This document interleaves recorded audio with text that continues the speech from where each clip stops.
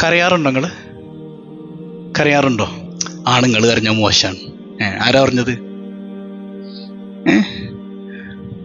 ആണുങ്ങൾ കരഞ്ഞ മോശമാണ് നിങ്ങളോട് ആരാ പറഞ്ഞേ? എന്തിന് കരയുന്നു എന്നുള്ളടച്ചാണ് അല്ലേ?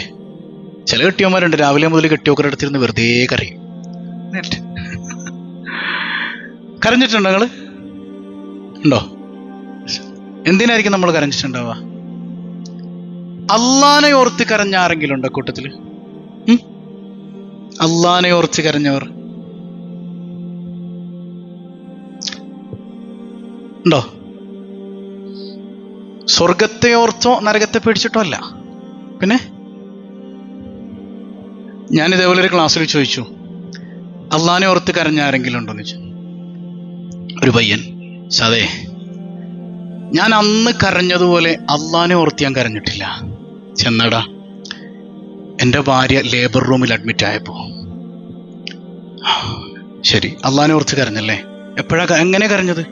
പടച്ചോനെ, എൻ്റെ ഭാര്യനെ രക്ഷിക്കണേ അല്ല, നീയല്ലാതെ രക്ഷിക്കാനില്ല അല്ല. ഇതിപ്പോ അള്ളാനെ ഓർത്താ നിന്റെ കെട്ടിയോളം ഓർത്താ?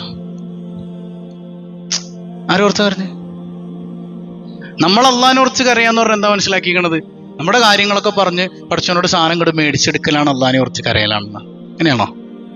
ചിലർ പറയും, ഞാൻ 25-ാമനൊക്കെ അമ്മാതിരി കരച്ചിൽ കരയും. എപ്പോഴാ കരയണേ? നരകത്തിൽ എന്നെ ഇടല്ലയല്ല. കരയുന്നുണ്ട്, കുഴപ്പമൊന്നുമില്ല. പക്ഷെ അത് അള്ളാഹ്ക്ക് വേണ്ടി ആയിരുന്നോ കരച്ചിൽ? ആയിരുന്നു. കടം കൊണ്ട് വലയുമ്പോൾ നമ്മൾ അള്ളാഹിനെ വിളിച്ച് പൊട്ടിക്കരയാറുണ്ട്. അതാർക്ക് വേണ്ടി? അള്ളാഹ്ക്ക് വേണ്ടിയോ എനിക്ക് വേണ്ടിയോ? അപ്പൊ അള്ളാഹ്ക്ക് വേണ്ടി. അള്ളാഹിനെ പ്രണയിച്ച് കരഞ്ഞവരുണ്ടോ? അള്ളാഹിന്റെ അമ്പിയാക്കൾ അങ്ങനെയായിരുന്നു. സയ്യിദുനാ റസൂലുള്ളാഹ് തങ്ങൾ വരെ. ശുഐബ് നബി അലൈഹി ഇസ്ലാമിനെ കുറിച്ച് പറയുന്നത് കാണാം, ബഖാ ശുഐബ് മിൻ ഹുബ്ബില്ലാഹ്. അള്ളാഹിനെ പ്രണയിച്ച് പ്രണയിച്ച് പൊട്ടിക്കരയുമായിരുന്നു സയ്യിദുനാ ശുഐബ് നബി അലൈഹി സ്വലാത്തു വസ്സലാം. അല്ലേ? നമ്മൾ കരയണമെങ്കിൽ വല്ല പ്രയാസം വരണം, അസുഖം വരണം, അതൊന്നുമല്ല. പ്രണയം വന്ന് കരയും, സ്നേഹം കൊണ്ട് കരയും സയ്യിദുനാ റസൂലുള്ളാഹ്. അത് നന്ദിയുടെ കണ്ണീരാണ്. അല്ലെ? അള്ളാഹിനോർത്ത് കരയുന്നത് എങ്ങനെയാ? നന്ദിയുടെ കണ്ണീരാണ്, പ്രണയത്തിന്റെ കണ്ണീരാണ്, സ്നേഹത്തിന്റെ കണ്ണുനീരാണ്. അങ്ങനെ ഒന്ന് കരഞ്ഞു നോക്കിയേ, നമ്മളിങ്ങനെ കഴുകി സ്ഫുടം ചെയ്തെടുക്കുന്നത് പോലെ ശുദ്ധിയാകും. അള്ളാഹു അതിന് തൗഫീക്ക് ചെയ്യട്ടെ. അതിന് പല വേർഷനുകളുണ്ട്. എങ്ങനെയൊക്കെ കരയും? റബ്ബ് നമുക്ക് ചെയ്ത നിഅമത്തുകളെ കുറിച്ച് ഓർത്ത് കരയാം. അല്ലേ? അള്ളാഹ് തന്ന നിഅമത്തുകൾ എന്തൊക്കെയാണ്? ഇതിനെനിക്ക് നന്ദി ചെയ്യാൻ പറ്റിയിട്ടുണ്ടോ എന്ന് ചിന്തിച്ചൊന്ന് കരഞ്ഞു നോക്കിയേ. അള്ളാഹു എനിക്ക് എന്തോരം നിഅമത്ത് തന്നു, അല്ലേ? കയ്യും കണക്കില്ലാതെ വരുത്തുന്നില്ലേ? വഇൻ തഅദ്ദു നിഅമത്തല്ലാഹി ലാ തുഹ്സുഹാ. എണ്ണി കണക്കാക്കാൻ പറ്റാത്തത്ര നിഅമത്ത് എൻ്റെ റബ്ബ് എനിക്ക് തന്നു. ഞാനതിന് തിരിച്ച് നന്ദി ചെയ്യാൻ എനിക്ക് പറ്റിയിട്ടുണ്ടോ? പറ്റിയിട്ടില്ല. ഞാൻ എങ്ങനെ ശുക്ർ ചെയ്യും? എന്നെ കൊണ്ട് പറ്റുമോ? ഒരു അൽഹംദുലില്ലാ പോലും യഥാവിധി പറയാൻ പറ്റാത്ത ഞാൻ എത്ര അയോഗ്യനാണല്ലാ. അല്ലേ? അതാ സ്നേഹം ഉണ്ടെങ്കിലാ വരിക എന്നാണ്. മഹാനായ നബിയുല്ലാഹി ശുഐബ് ഹത്താ അമിയ, അള്ളാനെ ഓർത്ത് കരഞ്ഞ് കരഞ്ഞ് കരഞ്ഞ് കണ്ണിന്റെ കാഴ്ച പോയി സയ്യിദുനാ ശുഐബ്. ഫറദ്ദല്ലാഹു ഇലൈഹി ബസറ, അള്ളാഹു എന്ത് ചെയ്തു? കണ്ണിന്റെ കാഴ്ച തിരിച്ചു കൊടുത്തു. എന്നിട്ട് ചോദിക്കുന്നുണ്ട്, വഔഹാ ഇലൈഹി, ശുഐബ് നബിക്ക് വഹി ഇറക്കിയിട്ട് ചോദിക്കാണ്, യാ ശുഐബ് മാ ഹാസൽ ബുഖാ, ഇതെന്തൊരു കരച്ചിലാണ് ശുഐബേ. അല്ലാഹ് ചോദിക്കാൻ, ഇതെന്തൊരു കരച്ചിലാണ് ശുഐബേ. അശൗഖൻ ഇലൽ ജന്ന അഖൗഫൻ മിനൻ നാർ. ഇതെന്തെങ്ങനെ കരയണേ? സ്വർഗം കൊതിച്ചിട്ടാണോ? നരകത്തെ പേടിച്ചിട്ടാണോ? ഇതിനെങ്ങനെ കരയണേ? അള്ളാഹ്ക്കറിയാൻ പാടില്ലേ? അള്ളാഹ്ക്കറിയാൻ പാടില്ല എന്തിനാ കരയുന്നത്? എന്നിട്ടുള്ള അള്ളാഹ് ചോദിക്കാൻ, നബിയുല്ലാഹി ശുഐബ് അലൈഹിസ്സലാം പറയുന്ന ഒരു മറുപടി ഉണ്ട്, യാ സയ്യിദി യാ ഇലാഹി, എനിക്ക് ജീവൻ തന്ന, എന്നെ പരിപാലിക്കുന്ന, എന്നെ നിലനിർത്തുന്ന അല്ലാഹ്, യാ സയ്യിദി യാ സയ്യിദി അൻത തഅലമു, എന്നെക്കാളേറെ നിനക്കറിയാലോ പടച്ചോനെ. ഞാൻ സ്വർഗത്തിന് വേണ്ടിയിട്ടാണോ നരകത്തെ പേടിച്ചിട്ടാണോ എന്നൊക്കെ നിനക്കറിയാലോ അല്ലാ. അതൊന്നും അല്ലല്ലോ റബ്ബേ. വലാകിൻ ഹുബ്ബുക ബിഖൽബി, നിന്നോടുള്ള പ്രണയം കൊണ്ട് എൻ്റെ ഹൃദയം ഇങ്ങനെ കീറിപ്പോയതുപോലെ, നിന്നെ പ്രണയിച്ചിട്ട് എൻ്റെ കൽബിങ്ങനെ വിങ്ങുന്നത് പോലെ സഹിക്കാൻ പറ്റുന്നില്ല നബിയുല്ലാഹി ശുഐബ്. ഇതൊരു വർച്ചാനാണത്. അള്ളാനെ പ്രണയിച്ചിട്ട് കൽബിങ്ങനെ കീറിപ്പോയ പോലെ. നമ്മളിപ്പോൾ അടിസ്ഥാനമാണ് പഠിക്കണം, നമുക്ക് ഓരോ വിഷയത്തിലേക്ക് വരാം. എന്നിട്ട് നബിയുല്ലാഹി ശുഐബ് പറയുന്നുണ്ട്, ഫഇദാ അന നളർതു ഇലൈക യാ റബ്ബി, ഞാൻ എൻ്റെ കൽബിന്റെ കണ്ണുകൊണ്ട് നിന്നെയൊന്ന് നോക്കിയാൽ, കൽബിന്റെ കണ്ണുകൊണ്ട് ഞാൻ നിന്നിലേക്കൊന്ന് നോക്കിയാൽ, ഫമാ ഉബാലി മല്ലദീ സനഅ ബി, ഞാനിങ്ങനെ ചിന്തിക്കും, പഠിച്ചോനെ എനിക്ക് മനസ്സിലാകുന്ന ഒരു കാര്യമുണ്ട്, നിന്റെ പ്രണയം തിരിച്ചറിയുമ്പോൾ മനസ്സിലാകുന്ന ഒരു കാര്യമുണ്ട്, നീ എന്നിൽ എന്തു പ്രവർത്തിച്ചാലും എനിക്കൊരു കുഴപ്പമില്ലല്ലാ. എങ്ങനെ? നീ എനിക്ക് കച്ചവടത്തിൽ നഷ്ടം തന്നാലും ലാഭം തന്നാലും ആരോഗ്യം തന്നാലും രോഗം തന്നാലും ഒരു കുഴപ്പമില്ലല്ല. ഞാൻ എൻ്റെ കൽബിന്റെ കണ്ണുകൊണ്ട് നിന്നെ ഇങ്ങനെ കണ്ട് ആസ്വദിച്ചിരിക്കുമ്പോഴേ ഇതൊന്നും എനിക്കൊരു പ്രശ്നമല്ലല്ല. എനിക്ക് ഒരേ ഒരു പ്രോബ്ലം, അല്ലെങ്കിൽ ഒരേ ഒരു വിഷയം ഞാൻ ആസ്വദിക്കുന്നത്, എൻ്റെ കൽബാകെ വേദനിക്കുന്നു, അത് നിന്നോടുള്ള പ്രണയം കൊണ്ടാണല്ല. നബിയുല്ലാഹി ശുഐബ് പല്ല കൊടുക്കുന്നുണ്ട്, യാ ശുഐബ് ഇയ്യകു ദാക ഹക്കാ, ശുഐബേ നീ പറഞ്ഞത് സത്യാണെങ്കിലേ, ഫഹനീഅൻ ലക യാ ശുഐബ്, സന്തോഷിച്ചോളൂ ശുഐബേ, നാളെ പരലോകം വരെ കാത്തിരിക്കണ്ട ശുഐബേ, ഈ ദുനിയാവ് മുതൽക്ക് തന്നെ സന്തോഷിക്കുവീൻ, സന്തോഷിക്കുവീൻ, അല്ലാഹു റബ്ബുൽ ആലമീൻ. ഈ ജീവിതത്തിൽ തന്നെ, ഈ സെക്കൻഡിൽ തന്നെ നീ സ്വർഗത്തിൽ കടന്നു ശുഐബേ. അതല്ലേ ഹബീബായ സയ്യിദുനാ റസൂലുള്ളാഹ്, മൻ ഖാല ലാ ഇലാഹ ഇല്ലല്ലാഹ് ദഖലൽ ജന്ന, ഒരാള് ലാ ഇലാഹ ഇല്ലല്ലാഹ് പറഞ്ഞാൽ സ്വർഗത്തിൽ കടക്കുന്നല്ല, ദഖലൽ ജന്ന, സ്വർഗത്തിൽ കടന്നു. പാസ്റ്റ് ടെൻസ് ആണ്. ദഖലൽ ജന്ന, സ്വർഗത്തിൽ കടന്നു. നമ്മൾ എത്ര ലാ ഇലാഹ ഇല്ലല്ലാഹ് ചൊല്ലി ഇന്നുവരെ നമുക്ക് സ്വർഗം കിട്ടിയിട്ടുണ്ടോ? ومن خاف مقام ربه جنتان, ഓതിയിട്ടില്ലേ ആയത്ത്? അള്ളാന്റെ സ്ഥാനം ഭയപ്പെടുന്ന മനുഷ്യന് 2 സ്വർഗമുണ്ട്. എത്ര സ്വർഗമുണ്ട്? പറഞ്ഞു, എത്ര സ്വർഗമുണ്ട്? എന്തിനാ 2 സ്വർഗം? നാളെ പരലോകത്തിൽ നമ്മളൊരു സ്വർഗത്തിൽ കയറി, നമ്മൾ ചോദിക്കുന്നതൊക്കെ അള്ള അവിടെ തരൂലേ, ആഗ്രഹിക്കുന്നതൊക്കെ അള്ള തരൂലേ, പിന്നെ വേറൊരു സ്വർഗത്തിന്റെ ആവശ്യമുണ്ടോ? അതെന്താ 2 സ്വർഗം? ഈ ദുനിയാവും സ്വർഗമായി മാറും. അവന്റെ മനസ്സിൽ അവൻ എന്ത് പ്രശ്നത്തിനിടയിലൂടെയാണ് പോണതെങ്കിലും ഇതെനിക്ക് തരുന്നത് എൻ്റെ ഉമ്മയേക്കാൾ, എന്നെ ഞാൻ പ്രണയിക്കുന്നതിനേക്കാൾ എന്നെ സ്നേഹിക്കുന്ന എൻ്റെ നാഥനാണ് എന്നുള്ള തിരിച്ചറിവ് കിട്ടിയാൽ അവൻ സ്വർഗത്തിലാണ്. അല്ലാഹു റബ്ബുൽ ആലമീൻ, റിളാഇന്റെ സ്വർഗം. സ്വഹാബത്ത് ഇങ്ങനെ പറയായിരുന്നു, പ്രശ്നം ഞങ്ങൾക്ക് സ്വർഗത്തിൽ വലിയ സ്ഥാനം തരണേ, ഹൗറികളെ തരണേ, അങ്ങനെ ഓരോ പ്രാർത്ഥന കേട്ടപ്പോൾ റസൂലുള്ളാഹി പറഞ്ഞു, അങ്ങനെ ചോദിക്കണ്ട സ്വഹാബ, ഫിർദൗസ് ചോദിച്ചോ.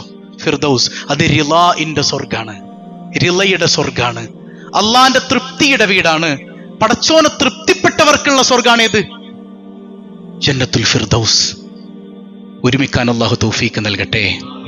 വേണ്ട, നമ്മൾ ഈ അർശിന്റെ തണലിലെ 7 വിഭാഗങ്ങൾ ഒരുമിക്കുന്ന സംഭവം നമ്മൾ കേട്ടിട്ടില്ലേ? 7 വിഭാഗങ്ങൾക്ക് അർശിന്റെ തണലുണ്ട്. നാളെ മഹ്ശറിൽ ഇങ്ങനെ വിയർപ്പിൽ മുങ്ങിക്കുളിച്ച് നിൽക്കുമ്പോ, വിയർപ്പിൽ ഇങ്ങനെ മുങ്ങിക്കുളിച്ച് നിൽക്കാന്ന് പറഞ്ഞാൽ ചെറിയ നമ്മൾ ഇവിടുത്തെ വിയർപ്പൊന്നല്ല, ഏതാണ്ട് 10-15 കോടി കിലോമീറ്റർ അപ്പുറയാണ് ഇപ്പൊ സൂര്യനുള്ളത്, അല്ലേ? അതും UV റൈസ് ഒന്നും നേരിട്ട് നമ്മളിലേക്ക് വരണില്ല, എന്നിട്ട് നമുക്ക് സഹിക്കാൻ പറ്റണില്ല ചൂട് കൊണ്ട്. ചില സമയത്ത് നമ്മുടെ ഈ നാട്ടിലുള്ള തീക്ഷ്ണമായ ചൂട് കൊണ്ട് തന്നെ സൂര്യതാപമൊക്കെ നമുക്ക് കേൾക്കാറുണ്ട്. ഈ സൂര്യന്റെ ചുവട്ടിൽ നമ്മൾ പോയി നിൽക്കുന്നൊരു ദിവസം വരാനില്ലേ? ആ സമയത്ത് 7 വിഭാഗം, യൗമ ലാ ദില്ല ഇല്ലാ ദില്ലു, അള്ളാഹുവിന്റെ അർശിന്റെ തണലല്ലാതെ ഒരു തണലുമില്ലാത്ത മഹ്ശറിൽ 7 വിഭാഗങ്ങൾക്ക് അള്ളാഹു തണൽ കൊടുക്കുമെന്ന് റസൂലുള്ളാഹ്. അതിൽ 2 കരച്ചിലുമായി ബന്ധപ്പെട്ടതാണ്, അല്ലെങ്കിൽ സ്നേഹവുമായി ബന്ധപ്പെട്ടതാണ്, പ്രണയവുമായി ബന്ധപ്പെട്ടതാണ്. 2. അതിലൊരെണ്ണം ഏതാണെന്നറിയോ? റജുലാനി തഹിബ്ബാ ഫില്ലാഹ്, അള്ളാന്റെ മാർഗത്തിൽ പരസ്പരം സ്നേഹിച്ച ആളുകൾ, അള്ളാഹ്ക്ക് വേണ്ടി സ്നേഹിച്ച ആളുകൾ. അതിപ്പോ സ്വന്തം ഭാര്യയാണെങ്കിലും നമ്മൾ അങ്ങനെ ചിന്തിച്ചു നോക്കിയിട്ടുണ്ടോ? നമ്മൾ പലപ്പോഴും പറയാറുണ്ട്, അള്ളാഹ്ക്ക് വേണ്ടി സ്നേഹിച്ച 2 ആളുകൾക്ക് അർശിന്റെ തണലുണ്ട്. അപ്പൊ അങ്ങനെ ഒരു ചങ്കിനെ കിട്ടണം. ആ ചങ്ക് നമ്മുടെ ഭാര്യയിൽ എന്താ കുഴപ്പം? ഈസി അല്ലേ അവളായിട്ട് നമുക്ക് കമ്മ്യൂണിക്കേറ്റ് ചെയ്യാൻ, അല്ലേ? നമ്മുടെ ഏറ്റവും നല്ല ബെസ്റ്റിയാക്കി നമ്മുടെ ഭാര്യയെ മാറ്റിയെടുക്കാനല്ലേ ഏറ്റവും എളുപ്പം. റജുലാനി തഹിബ്ബാ ഫില്ലാഹ്, 2 മനുഷ്യന്മാർ അള്ളാഹ്ക്ക് വേണ്ടി അവർ ഒരുമിച്ചിരിക്കും, അള്ളാഹ്ക്ക് വേണ്ടി സംസാരിച്ചുകൊണ്ട് പിരിയും. എന്ത് രസമായിരിക്കും ലൈഫ്. അങ്ങനെ വരുമ്പോ ചതിയും വഞ്ചന ഉണ്ടാവോ? ഭാര്യയുടെ ഗ്ലാമർ എന്ന് പറയുമ്പോൾ അവൾ ഇട്ടുകൊണ്ട് പോവോ? അള്ളാഹ്ക്ക് വേണ്ടി സ്നേഹിച്ചതാണെങ്കിൽ ഉണ്ടാവോ? കെട്ടിപ്പോയി ഇതിലും നല്ലത് എനിക്ക് കിട്ടുമായിരുന്നു എന്ന് തോന്നുന്നു അള്ളാഹ്ക്ക് വേണ്ടി സ്നേഹിച്ചതായിരുന്നെങ്കിൽ. പറയ്. ഞാൻ ഇന്നലെ പറഞ്ഞില്ലേ, മക്കള് അള്ളാഹ്ക്ക് വേണ്ടി വാപ്പാനെ സ്നേഹിച്ചതായിരുന്നെങ്കിൽ സ്വത്ത് കുറഞ്ഞു പോയതിന്റെ പേരിൽ വാപ്പാനെ ചവിട്ടുവോ?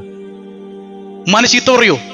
അള്ളാഹ്ക്ക് വേണ്ടി സ്നേഹിക്കുന്ന മക്കളാക്കണം. അതിന് മക്കളെവിടെ? ഇവിടെപ്പടി വാപ്പാന്മാര് മാത്രമേ ഉള്ളൂ. മക്കളൊക്കെ എവിടെയാണ്? വീട്ടിൽ നിന്ന് ഒരാൾ പോയാൽ മതി എന്ന് പറഞ്ഞോ? മക്കളൊക്കെ എവിടെ? അവിടെ കുറച്ച് കുട്ടികളുണ്ട്, അള്ളാഹു ബർക്കത്ത് ചെയ്ത് തീർക്കട്ടെ. ബാക്കിയുള്ളവരൊക്കെ എവിടെ? ഞാൻ ഇശായിന് ഇങ്ങനെ നോക്കുമ്പോൾ പള്ളി ഫുള്ളാണ്, തറാവീഹിന് കാണാനില്ല. അങ്ങനെ പുതിയ വല്ല വഹ്യ് മരമത്തേക്ക് ഇറങ്ങിയായിരുന്നോ? ഇശാ മതി, തറാവീഹ് വേണ്ടാന്ന് പറഞ്ഞിട്ട്. എന്നാ പിന്നെ വീട്ടിൽ പോയി കിടന്ന് ഉറങ്ങണീ രസമുണ്ട്. എല്ലാവരും റൂട്ടിലുണ്ടല്ലോ, ഓരോ ജംഗ്ഷനുകളിൽ നിൽക്കുന്നുണ്ടല്ലോ. ഇതൊരു സങ്കടാണത്. അല്ലാഹു റബ്ബുൽ ആലമീൻ റമളാൻ കിട്ടിയിട്ട് നമുക്കിതിനൊന്നും പറ്റുന്നില്ലെങ്കിൽ ഇത് തൗഫീക്ക് ലഭിച്ചതാണോ തൗഫീക്ക് ഇല്ലാത്തതാണോ? നിങ്ങൾ പറയും, തൗഫീക്ക് കിട്ടിയതാണോ കിട്ടാത്തതാണോ? അല്ലാഹു നന്നാക്കി തരട്ടെ. കാണുമ്പോൾ വേദനയുണ്ട്. ഒരുപക്ഷെ ആ കുട്ടികളുടെ വാപ്പമാർക്ക് വേദനിക്കുന്നുണ്ടോന്ന് എനിക്കറിയില്ല. എൻ്റെ കൽബ് വിങ്ങണുണ്ട്. വല്ലാഹി വല്ലാഹി സുമ്മ വല്ലാഹി പറയുമ്പോഴും എൻ്റെ ഹൃദയം ഇങ്ങനെ പിടയ്ക്കുന്നുണ്ട്. ഈ മഹല്ലിന്റെ ഖത്തീബ് എന്ന നിലയ്ക്ക് എന്നോട് എൻ്റെ റബ്ബ് ചില ചോദ്യങ്ങൾ ചോദിക്കും. മുഹമ്മദ് ഷാഫി, നീ നിന്റെ ഉത്തരവാദിത്വം നിർവഹിച്ചു എന്ന് ചോദിക്കുമ്പോ എൻ്റെ റബ്ബിനോട് പറയാൻ എനിക്കൊന്നുമില്ല. അല്ലാഹു നന്നാക്കി തരട്ടെ. അപ്പൊ ഒന്നിതാണ്, അള്ളാന്റെ മാർഗത്തിൽ സ്നേഹിച്ചവർക്ക് എന്തുണ്ട്? അർശിന്റെ തണലുണ്ട്. മറ്റൊന്ന് നോക്കിയേ, വറജുലുൻ ദക്കറല്ലാഹ ഖാലിയൻ ഫഫാലത്ത് ഐനാ. തനിച്ചിരുന്ന് അള്ളാനെ ഓർത്ത് പൊട്ടിക്കരയുന്ന മനുഷ്യന് അർശിന്റെ തണലുണ്ടെന്ന് സയ്യിദുനാ റസൂലുള്ളാഹ്. ഖാലിയൻ, ഒറ്റക്കിരുന്ന് എന്ന് പറഞ്ഞാൽ കാട്ടിലോട്ടൊന്നും പോകണ്ട, ഇവിടെ തന്നെ ഒറ്റക്കിരിക്കാം. കാട്ടിൽ പോയിട്ട് വേണ്ട. കച്ചവടത്തിനിടയിലും ഭാര്യയോടൊപ്പം ഇരിക്കുമ്പോഴും കുടുംബത്തോടൊപ്പം ഇരിക്കുമ്പോഴും എനിക്ക് എൻ്റെ കൽബിൽ ആര് മാത്രാക്കാം? അതാണ് അസ്സുഹുദുൽ അക്ബർ. ഏറ്റവും വലിയ സാഹിദ് അവനാണ്, ഏറ്റവും വലിയ ജിഹാദി അവനാണ്. എന്നോനല്ല, കൽബിൽ നമ്മുടെ ഉള്ളിൽ നെഫ്സിനെ നന്നാക്കിയിട്ട് നിയന്ത്രിച്ച് നിർത്തുന്നവനാണ് ഏറ്റവും വലിയ സാഹിദ്, പരിശുദ്ധ റസൂലുള്ളാഹ്. ഇപ്പൊ ഒരാൾ കാട്ടിൽ പോയിരുന്ന് ഇബാദത്ത് ചെയ്യാണ്, അയാളെ സംബന്ധിച്ചിടത്തോളം അയാൾക്ക് ഈസിയാണ് ഇല്ലേ? പക്ഷെ അത് ദുർബലമായ ഈമാനാണ്. ആ ഈമാനും കൊണ്ട് നാട്ടിലേക്ക് ഇറങ്ങിക്കഴിഞ്ഞാൽ തകർന്നു പോവില്ലേ? അവനവിടെ ഒരു പെണ്ണിനെ കാണേണ്ടതുണ്ടോ? എന്തെങ്കിലും പെട്ടുപോകാനായിട്ടുള്ള ഓപ്ഷൻസ് വേറെ എന്തെങ്കിലും ഉണ്ടോ? കാട്ടിൽ പോയിരുന്ന് ഇബാദത്ത് ചെയ്യാൻ ഈസിയാണ്. നാട്ടിലിറങ്ങി ഈ തോന്നിവാസങ്ങൾക്കിടയിൽ നിൽക്കുമ്പോഴും റബ്ബുൽ ആലമീനെ കുറിച്ച് ഓർക്കാൻ, റബ്ബിനെ പ്രണയിക്കാൻ, കൽബില് റബ്ബിനെ കൊണ്ട് നടക്കാൻ കഴിയാന്ന് പറഞ്ഞാൽ അതാണ് ജിഹാദ്. അവിടെ വിജയിക്കണം. അല്ലാഹു അതിന് തൗഫീക്ക് നൽകട്ടെ. അപ്പൊ ഭാര്യയോടൊപ്പം ഇരിക്കുമ്പോഴും കച്ചവടത്തിനിടയിലും കൂട്ടുകാരോടൊപ്പം സംസാരിക്കുമ്പോഴും ഈ കൂട്ടത്തിലിരിക്കുമ്പോഴും നമുക്കിടയിൽ ഖൽവത്തുണ്ട്. അപ്പോഴും നമ്മുടെ കൽബ് അല്ലാഹുവുമായി കണക്റ്റഡ് ആണെങ്കിൽ അവനാണ് അർശിന്റെ തണലെന്ന് സയ്യിദുനാ റസൂലുള്ളാഹ്. ഒരിക്കലെങ്കിലും അങ്ങനെ കരയണം, അള്ളാഹിനെ ഓർത്ത് കരയണം, റബ്ബിനെ ഓർത്ത് ഒരിക്കലെങ്കിലും കരയണം. ആ അനുഭൂതി ഒന്ന് തിരിച്ചറിയണ്ടേ നമ്മള്? വേണ്ടേ? അല്ലാഹു അതിനെ തൗഫീക്ക് ചെയ്യട്ടെ. ഇല്ലെങ്കിൽ വേസ്റ്റാണ് നമ്മുടെ ലൈഫ്, വേസ്റ്റാണ്. ഒരു ഗുണമില്ല നമ്മുടെ ലൈഫ്. എന്ത് ഗുണമുള്ളത്? കെട്ടിയൊക്കെ വേണ്ടി കരഞ്ഞ്, പക്ഷെ വിളിക്കണത് അള്ളാനെയാണ് അല്ലേ? പക്ഷെ അതൊന്നും അള്ളാഹ്ക്ക് വേണ്ടിയുള്ള കരച്ചിലായില്ല. എൻ്റെ റബ്ബിന്റെ പ്രണയം ഓർത്ത്, എനിക്ക് റബ്ബ് തന്നതിനെ കുറിച്ച് ഓർത്ത്, എനിക്ക് തിരിച്ച് നന്ദി ചെയ്യാൻ പറ്റാത്തതിനെ കുറിച്ച് ഓർത്ത്, എന്നെ ഇങ്ങനെ പരിപാലിക്കുന്നതിനെ കുറിച്ച് ഓർത്ത് അള്ളാഹ്ക്ക് വേണ്ടി ഒന്ന് കരയണം. അള്ളാഹു തൗഫീക്ക് നൽകുമാറാകട്ടെ. ഇബ്രാഹിം ഇബ്നു അദ്ഹം റളിയല്ലാഹു അൻഹു അവിടുന്ന് പറയുന്നത്, ലൗ അന്നൽ ഇബാദ അലിമു ഹുബ്ബല്ലാഹി അസ്സ വജൽ. ഒരു ബുദ്ധിയുള്ള മനുഷ്യൻ അള്ളാന്റെ പ്രണയത്തെ തിരിച്ചറിഞ്ഞു കഴിഞ്ഞാൽ ലഖല്ല മത്അമുഹും വമശ്റബുഹും വമൽബസഹും. ഭൗതിക സുഖങ്ങളോടൊക്കെ അവന് ഭയങ്കര ഒരു ഇൻട്രസ്റ്റ് കുറയും. അതിലവന്റെ കൽബ് ഇങ്ങനെ ഉടക്കി നിൽക്കില്ല.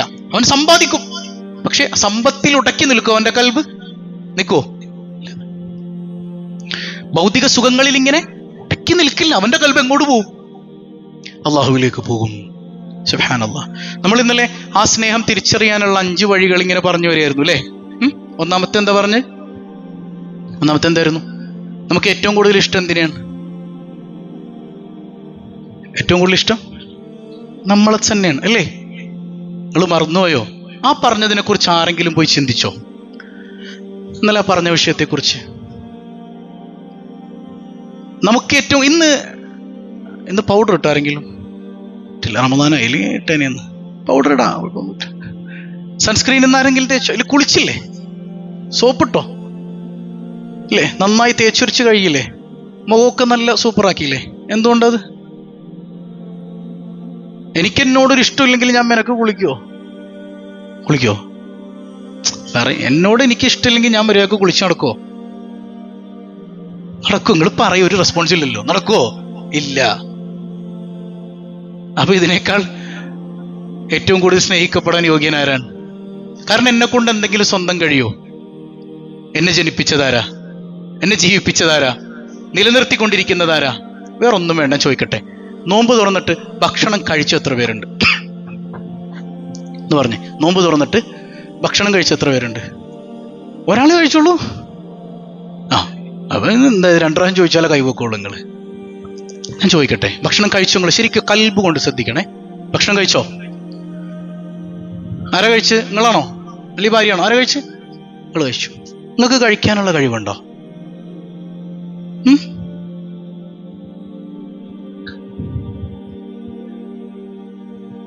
കഴിക്കാനുള്ള കഴിവുണ്ടോ? പിന്നെ നമ്മൾ കഴിച്ചു എന്ന് പറയാ?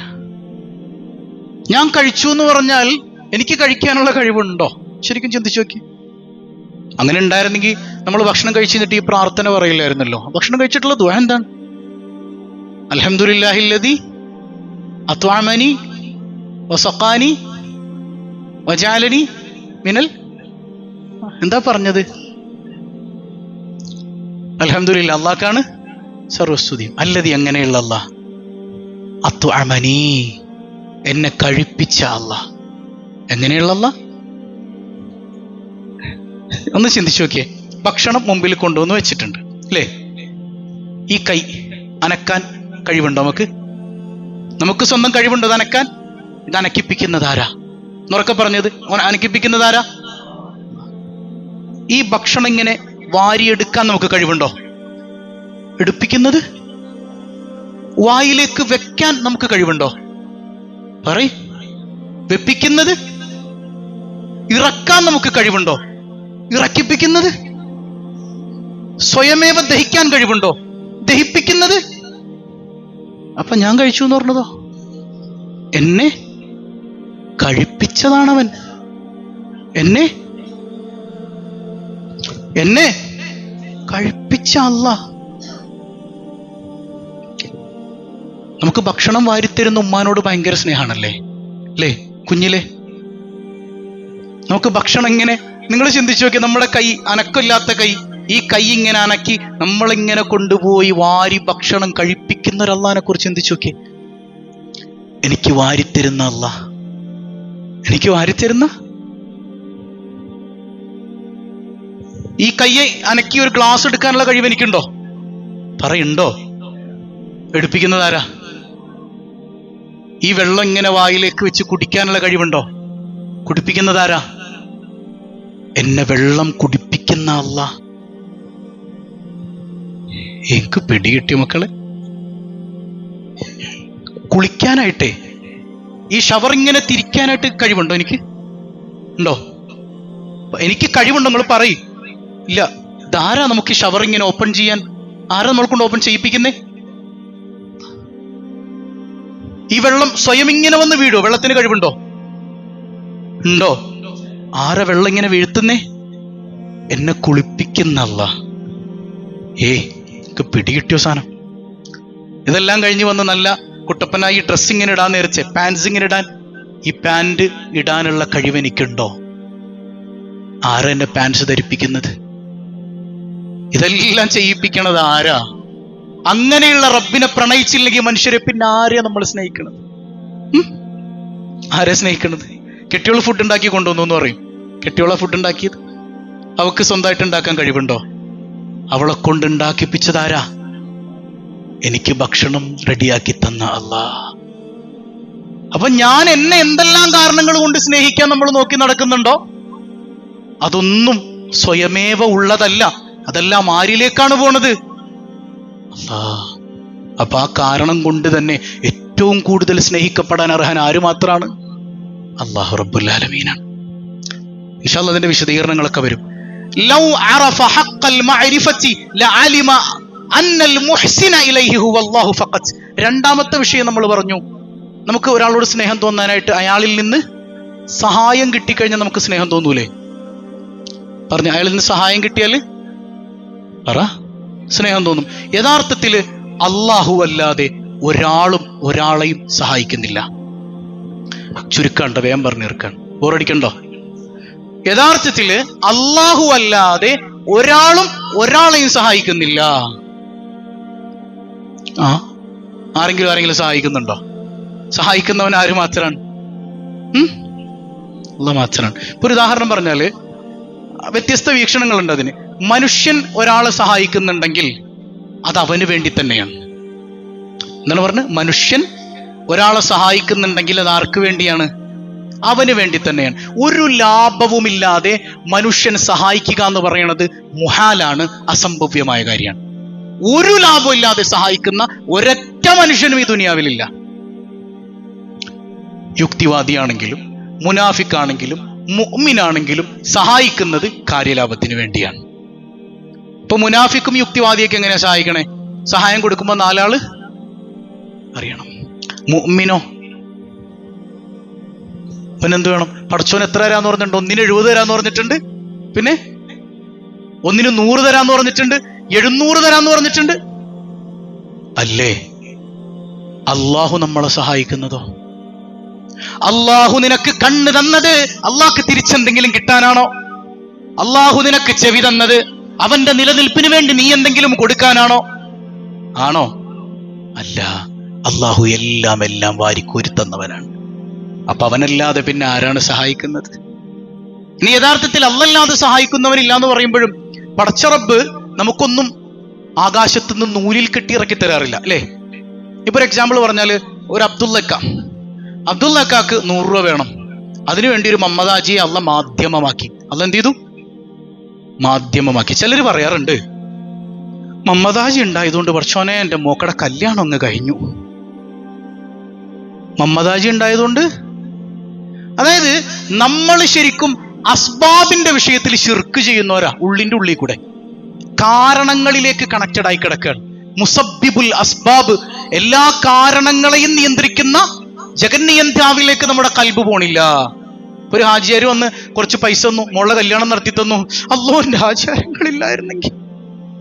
അപ്പോഴും അവൻ ആരും ഓർക്കുന്നില്ല.